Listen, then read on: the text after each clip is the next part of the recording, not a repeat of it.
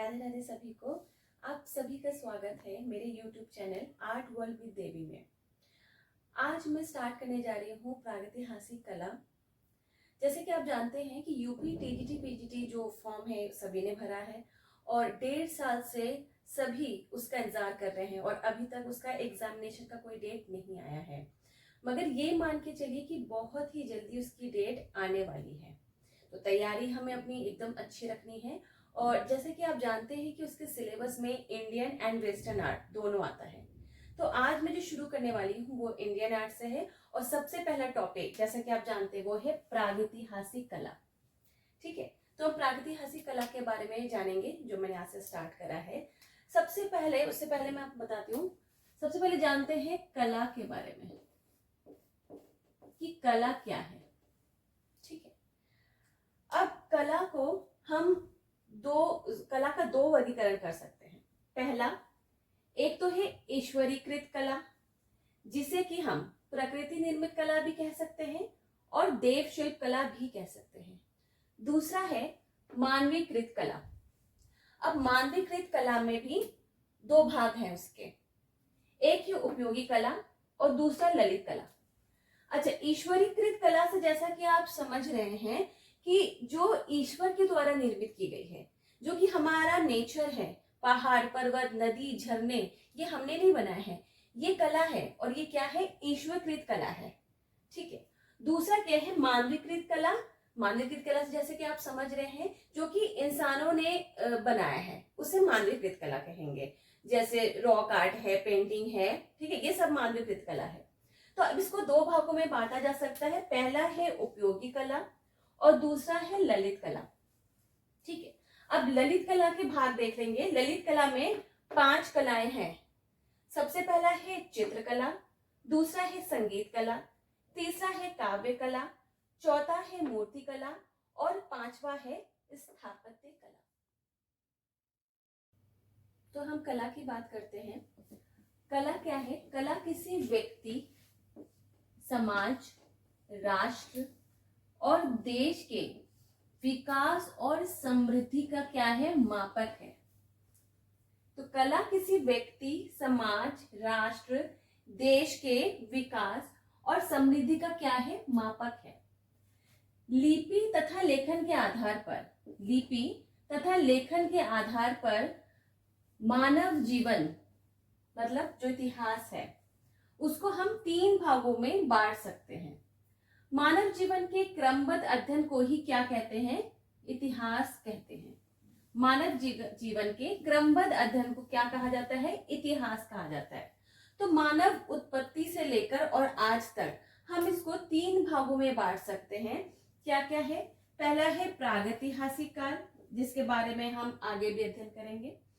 दूसरा है आद ऐतिहासिक काल और तीसरा है हमारा ऐतिहासिक काल।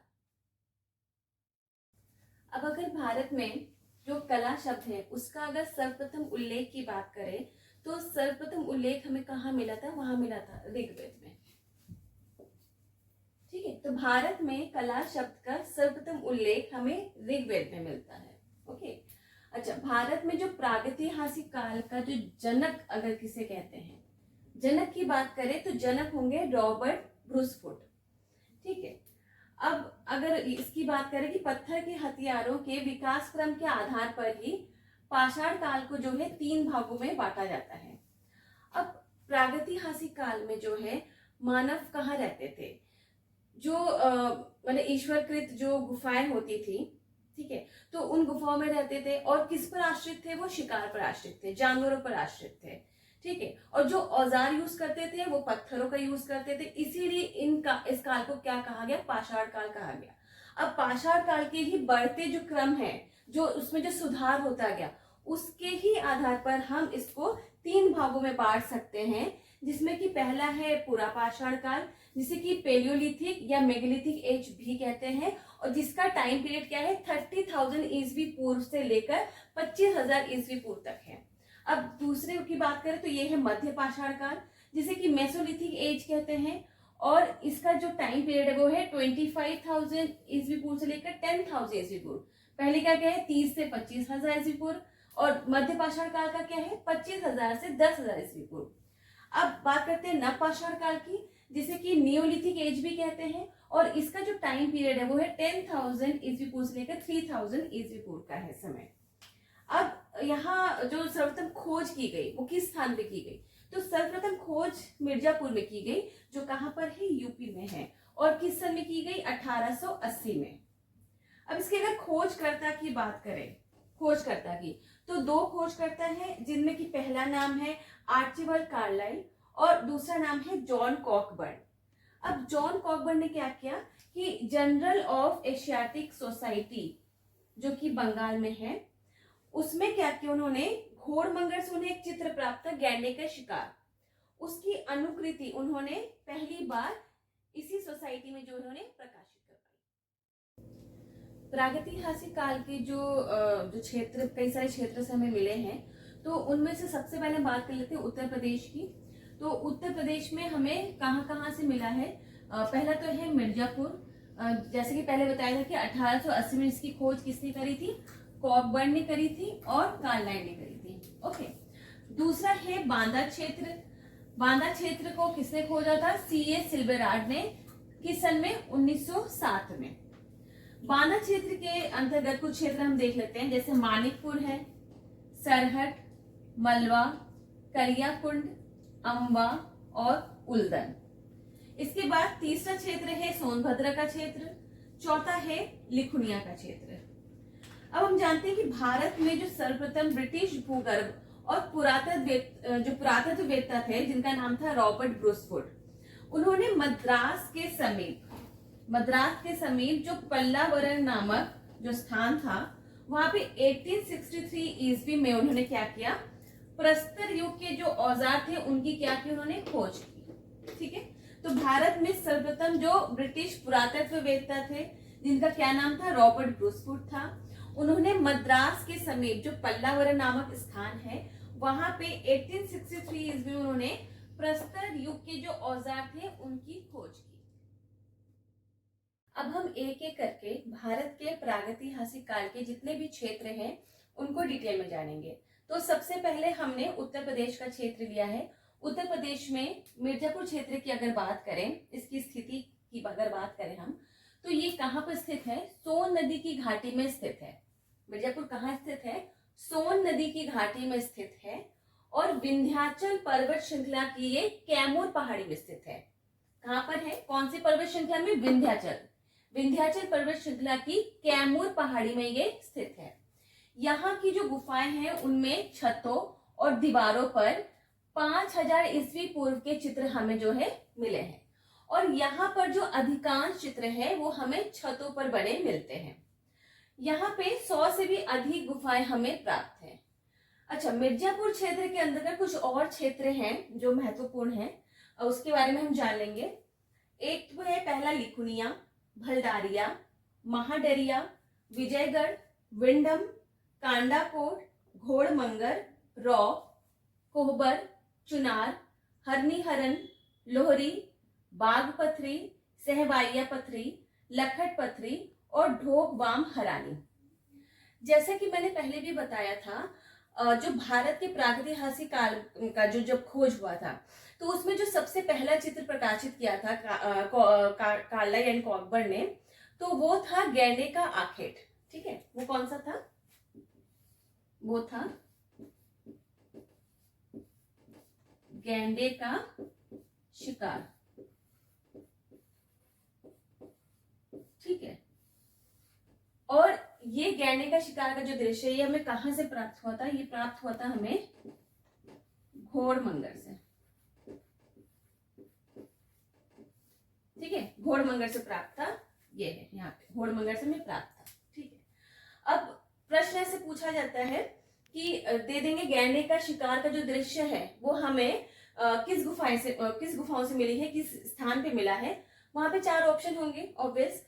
अगर उसमें घोड़मंगर है तो हम घोड़मंगर लगाएंगे, और अगर उसमें घोड़मंगर की जगह हरनी हरन है तो हम हरनी हरन लगाएंगे। क्यों, क्योंकि गैंडे का शिकार का एक चित्र जो है हमें हरनी हरन से भी प्राप्त होता है। बहुत इंपॉर्टेंट है, इस बात का ध्यान जरूर रखिएगा कि अगर ऑप्शन में घोड़मंगर है तो गैंडे का शिकार का दृश्य हम घोड़मंगर ऑप्शन को टिक लगाएंगे, और अगर घोड़मंगर नहीं है वहां पे हरनी हरण दिया है तो हम हरनी हरण ही लगाएंगे, क्योंकि गैंडे के शिकार का दृश्य हमें हरनी हरण से भी मिला है। अब मोस्ट इंपॉर्टेंट थिंग, मिर्जापुर के हम चित्र की बात कर लेते हैं, ठीक है। तो उसमें प्रसिद्ध चित्र कौन कौन से हैं? एक तो है जगत प्रसिद्ध ऊंट का चित्र, जो हमें कहाँ से मिला है? वो मिला है महाडरिया से, ठीक है। साथ साथ याद भी करना है, ठीक है, इसलिए मैं इसको रिपीट कर रही हूँ दो बार। जगत प्रसिद्ध ऊंट का चित्र हमें कहाँ से मिला है? वो मिला है हमें महाडरिया से।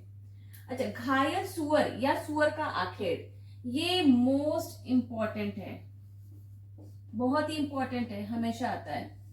घायल सुअर या फिर सुअर का आखेड़ दे देगा। और ये कहां से मिला है? ये मिला है भलडरिया से। अच्छा, भलडरिया से एक और चित्र मिला है, वो है बारहसिंगे का शिकार का दृश्य। भलडरिया से दो मिले हैं हमें, एक तो घायल सुअर या सुअर का आखेड़ और दूसरा है बारहसिंगे के शिकार का दृश्य, ठीक है। अगले चित्र में आते हैं। अगला है गेंडे का आखेड़, जैसे कि मैं पहले ही बता चुकी, ये भी इंपॉर्टेंट है। गेंडे का आखेड़ जो कि प्रथम चित्र है, जो कि प्रकाशित किया गया था, और हमें कहां से मिला था? ये घोड़मंगर से, बहुत इंपॉर्टेंट। अच्छा, अगला है मगर एवं घोड़े का चित्र, ये भी हमें कहां से मिला है? घोड़मंगर से। उसके बाद है त्रिशूलधारी आखेड़ का चित्र और पहिएदार गाड़ी, ये कहां पे प्राप्त हुआ है? ये हुआ है विंडम में, ठीक है, ओके। अब है तीन आदमी लाल, पीले और सफेद रंग में बनाए गए हैं। तीन आदमी जो लाल, पीले और सफेद रंग में बनाए गए हैं, वो कहां से प्राप्त है? वो है विजयगढ़ से, ठीक है, विजयगढ़ से मिला है हमें। अब है शिकारी तीन पशु को आहत कर गर्व से खड़ा है। शिकारी तीन पशु को आहत कर गर्व से खड़ा है, ये हमें मिला है कोहबर में। कहां से मिला है? कोहबर में। अगला है एक आदमी जलती मशाल लिए बाघ का सामना करता हुआ, ये हमें मिला है लोहरी से। एक आदमी जलती मशाल लिए बाघ का सामना करता हुआ मिला है लोहरी से। अब अगला देख लेते हैं साही के आखेड़ का चित्र, जो हमें मिला है सरहो घाट से। साही से याद कर लीजिएगा, साही सरहो, ठीक है। अगला है हाथ के छापे, ये भी हमें सरहो घाट से मिला है। तो सरहो घाट से दो हुए, साही के आखेड़ का चित्र और हाथ के छापे। अच्छा, हाथ के छापे भी जो है ये इंपॉर्टेंट है, ओके। अगला है भूत का रहस्यमय चित्र, जो हमें मिला है कांडाकोट से। चलिए, ये तो हुआ आज का हमारा टॉपिक, जो प्रागैतिहासिक काल से हमने लिया था, और उसमें आज हमने कवर किया जो उत्तर प्रदेश का क्षेत्र है, और उत्तर प्रदेश में हमने क्या देखा? मिर्जापुर का क्षेत्र। तो मिर्जापुर हमने पूरा कवर कर लिया, हमने देख लिया उसकी स्थिति क्या है और उससे कौन कौन से बहुत ही इंपॉर्टेंट जो चित्र है हमें प्राप्त हुए हैं, ये सब हमने देखा। अब अगर इसके आगे आप देखना चाहते हैं तो कमेंट में जरूर लिखिएगा, और अगर मेरे चैनल पर नए हैं तो इसको सब्सक्राइब जरूर करिएगा, ताकि इसी से रिलेटेड और वीडियो आप देख सके, जो कि हेल्प करेगा आपके एग्जामिनेशन में। तो इसको लाइक, शेयर, सब्सक्राइब जरूर करिएगा, और हम फिर हाजिर होंगे एक नए वीडियो के साथ। तब तक के लिए